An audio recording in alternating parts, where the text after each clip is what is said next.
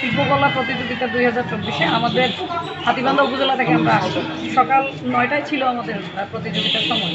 তো এখানে আমরা মোটামুটি 8:55 পৌঁছেছি। আমরা রুম খুঁজে নিয়ে 9:30টার দিকে বসে পড়ছি। সেখানে বিচারক আসেন একজন, উনি আসেন 10টায়, আর একজন বিচারক আসেন হচ্ছে 10:15। এরপরে আমরা জিজ্ঞাসা করি, জানতে পারি যে 3 জন বিচারকের মধ্যে 2 জন আসছেন, ওনারা শুরু করবেন। প্রায় 11টা অবধি আমরা অপেক্ষা করছি, ওনারাও অপেক্ষা করাইছেন। এরপরে এর মধ্যে এই মধ্যবর্তী সময়ে যেটা হয়েছে যে ওই লিস্টের মধ্যে অন্য যে পার্টিসিপেট মোট 3 জন, যে 2 জন ছিল তাদের মধ্যে কাউকে উনি বারবার ফোন করে ডাকতেছেন যে এখনও আসো না, অভিনয় কখন দেখবো, কখন শুরু হবে। বিষয়টা আমার কাছে খুব হতাশাজনক লাগে। একজন বিচারকের প্রতিযোগীদের সঙ্গে এত বেশি সখ্যতা কি? যে বিচারক এই কথা বলে তার নাম কি? বা আখতারুজ্জামান। আমি এখনই জানতে পারলাম, এখানকার যে শিল্পকলার যে অফিসার, ওনার মাধ্যমে জানতে পারলাম যে আখতারুজ্জামান ওনার নাম। তো ওনাকে আমি জিজ্ঞাসা করেছিলাম যে আপনি ফোন করছেন, ফোন করে প্রতিযোগীদের বাড়ি থেকে নিয়ে আসবেন? স্যার, আমরা তো আসছি সেই সকালবেলা, আমরা সকালে আসছি, আমাদেরকে 2 ঘন্টা যাবত অপেক্ষা করালেন। এই বিষয়টা তো আমাদের কাছে একটু বিতর্কিত মনে হচ্ছে। এবং এই বিষয়টা আমি যে আজকে যে দায়িত্বরত অফিসার ছিল শিল্পকলার থেকে, ওনাকে আমি জানিয়েছি, মৌখিকভাবে জানিয়েছি। উনি আমাকে তাৎক্ষণিকভাবে বলছে যে আমি দেখতেছি। এখন এই যে আমি দেখতেছি, এরপরে গিয়ে উনি আর কী পদক্ষেপ নিচ্ছেন না নিচ্ছেন এই বিষয়টা তো আমাকে ব্যক্ত করেনি। তো আমার কাছে যে বিষয়টা ছিল যে একজন বিচারকের কখনোই প্রতিযোগীর সঙ্গে সখ্যতা হতে পারে না। এজন্য আমি ওই যে ডিসি স্যারের কাছে শরণাপন্ন হয়েছি। আমি জানাইছি ওনাকে যে একটা লিখিত অভিযোগ তাৎক্ষণিকভাবে দিছি যে বিচারকের প্রতিযোগীদের সাথে সখ্যতা এবং উদাসীনতা। কাকে দিয়েছেন? হাতে লিখে অভিযোগ। কার হাতে দিয়েছেন? আমি স্যারের সঙ্গে যে দায়িত্বরত পুলিশ কর্মকর্তা আছেন ওনার সাথে দিতে বলেছি। কোন স্যারকে? ডিসি স্যার, জেলা প্রশাসক স্যারকে। এবং জেলা প্রশাসক স্যারেরই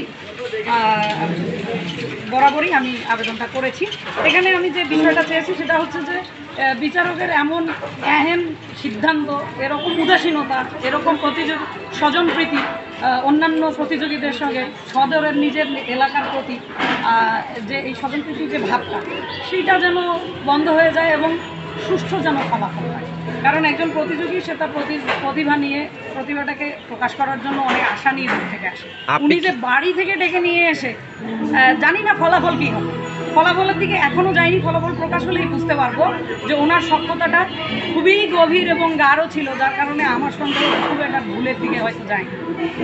এই একটা বিষয়, এটার থেকে আমরা ফলাফল স্থগিত চেয়ে স্যারের কাছে আবেদন করি এবং এই উদাসীনতাটা যেন বন্ধ করা হয়। আর প্রতিযোগিতা আমার সঙ্গেই আছে, আর এমনকি 3 জন প্রতিযোগীর অভিনয়ও আমার কাছে খণ্ড খণ্ড আছে, তারা যে করেছে সে বিষয়টা আছে। আমি স্যারকে বলেছি প্রয়োজনে আমি সেটা স্যারের। সেই ভিডিও ক্লিপ আপনার কাছে আছে? হ্যাঁ, ভিডিও ক্লিপগুলো আমার কাছে আছে। আমি ওটা স্পষ্ট করে ওই জায়গাগুলো ধরে আমি বলবো। এমনকি ওনার যে পরামর্শ, একজন প্রতিযোগিতা শেষ হওয়ার সঙ্গে সঙ্গে তাকে ডেকে নিয়ে তুমি এখানে এটা করলে আর একটু ভালো হবে, এই বিষয়গুলো আসলে হতাশ করছে। কারণ 2 জন পার্টিসিপেটে ছিল সদর, ওরা অনার্সে পড়ে। একজন হচ্ছে ইশরাত জাহান কাজল, আর একজন হচ্ছে জামাল হোসেন। জামাল হোসেনকে উনি বারবার ফোন করে ডাকতেছে, কাজলের সঙ্গেও তার সখ্যতা আছে, এটা প্রকাশ পেয়েছে, যার কারণে তো আমি বলেছি। এবং আমার সামনে উনি ফোন বলে কথা বলছে। এইভাবে চলতে থাকলে আসলে এত প্রতিযোগিতার প্রয়োজন নেই। আর আমাদের পাটগ্রাম, হাতীবান্ধা, কালীগঞ্জ, আদিবাড়ি থেকে কষ্ট করে সদরে আসা করলেন, এগুলো চাইলে ইচ্ছা করলে নিজেদের নাম লিখে নিতে পারে। এই যে আমরা এতক্ষণ এযাবৎকালীন 6:19 বাজে, আজকে 9টার আগে আসছি, অপেক্ষা করতেছি এখানে এই ফলাফলের জন্য। এখন অনুষ্ঠান হচ্ছে, আমরা বাড়ি ফিরবো কখন? বৃষ্টি বাদলের দিন।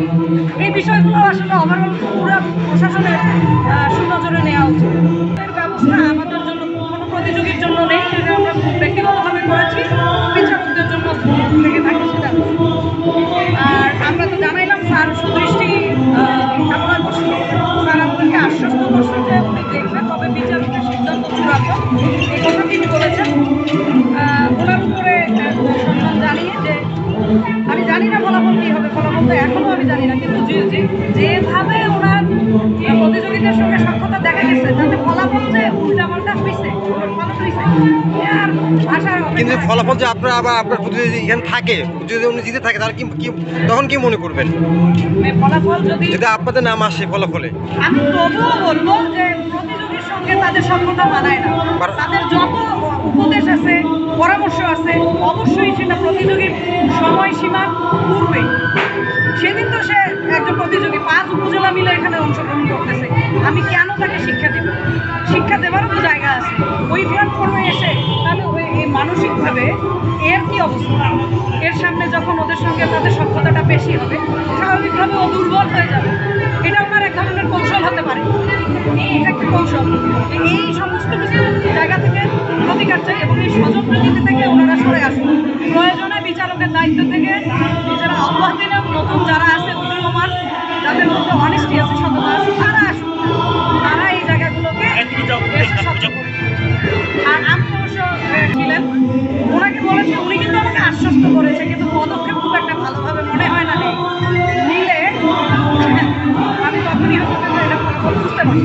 আমি যদি চ্যাম্পিয়নও হই তবুও আমি এটাকে প্রত্যাখ্যান করছি। আমি জানি না কি হবে, তবে মনে হয় না আমরা চ্যাম্পিয়ন হতে পারবো। যে সক্ষতা দেখেছি যে ওনার এলাকার প্রতি ওনার এবং এমনকি শুনেছি যে ওনার স্টুডেন্ট উনি নিজে শিখিয়েছেন, তাকে তো ওনার ফার্স্ট করতেই হবে। প্রথমত আমি যখন যাই তখন তারা হচ্ছে অপেক্ষারত, মানে আমি আসলে সত্যি মর্মাহত হয়েছি তাদের এই ব্যবহারে। তারা প্রতিনিয়ত তাদের ব্যবহারে প্রকাশ করছিলেন যে তারা কারোর জন্য অপেক্ষা করছিলেন এবং তাদের যে স্বজনপ্রীতি, তাদের এলাকার পার্টিসিপেন্টরা আসবে, তারপর তারা হচ্ছে অনুষ্ঠান শুরু করবে।